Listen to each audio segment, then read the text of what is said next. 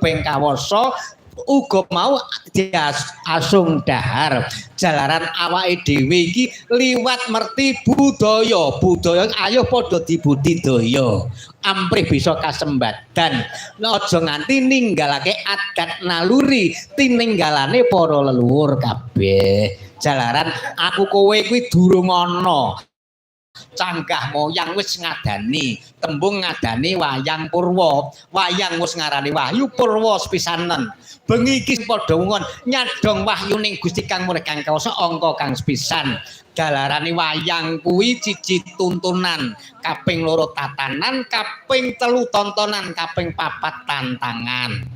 oh ngono ta Tru ayo tembung wayang jemerenge kelir putih karo ireng ki nggambarake glegere manungsa wujud loro dadi sawiji putih seka bapa ireng saka biyung kinantirsan anasir patang perkara bumi geni banyu kelawan angin amarah supiyah alamah lan mutmainah nek tembunge wong sing ora ngerti ya wetan kulon lor kidul ya wis cukup oh nek kono ya apik Tru urung pati ya oh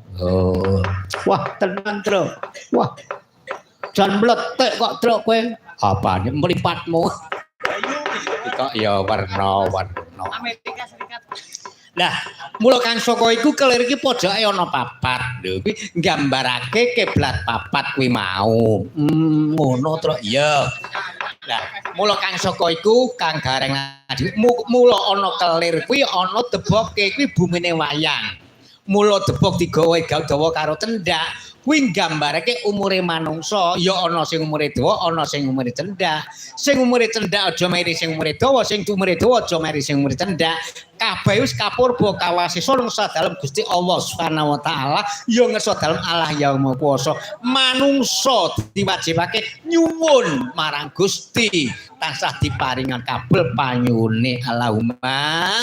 amin wah ngono Tru mula di panggung kiwa kelawan tengen kuwi tansah miwakno barang angkara murka nengeno barang ambek utama jalaran manungsa urip ana ngalam donya ki ana tetembungan nek wong Jawa ana caraka ana utusan aku minangka utasaning Gusti Kang Maha Kuwasa supaya ning ngalam donya jagat rame bisa gawe sesorah piwulang buruk kang ngono ta Tru wis aja nembang aja omong wae lek ditekake bintang tamune ha ya bos kripik gedang kripik tela lho sithik edang waton rata sesuk nek ditinimbali meneh nek ora mundak ya Tru kok ya warna-warna ora mundak barang kuwi nek timbali meneh wah tenan kok Tru wis dadi lengganan jare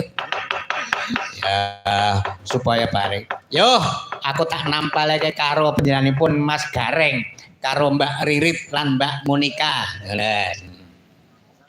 coba kula tak nyuwun sepote ya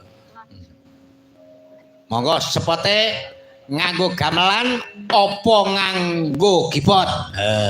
monggo coba ya monggo coba ya apa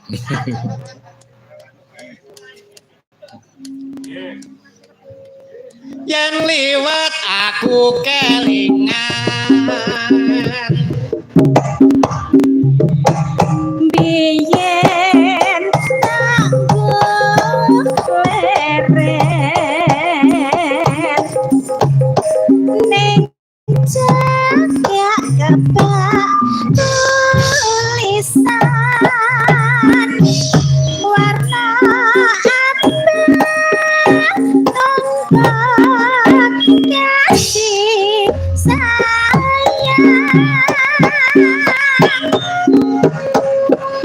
jenenge gubuk asmara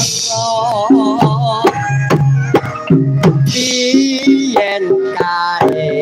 owe anggung tresno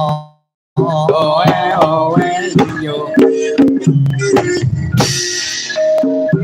tanpa bantal tanpa rasa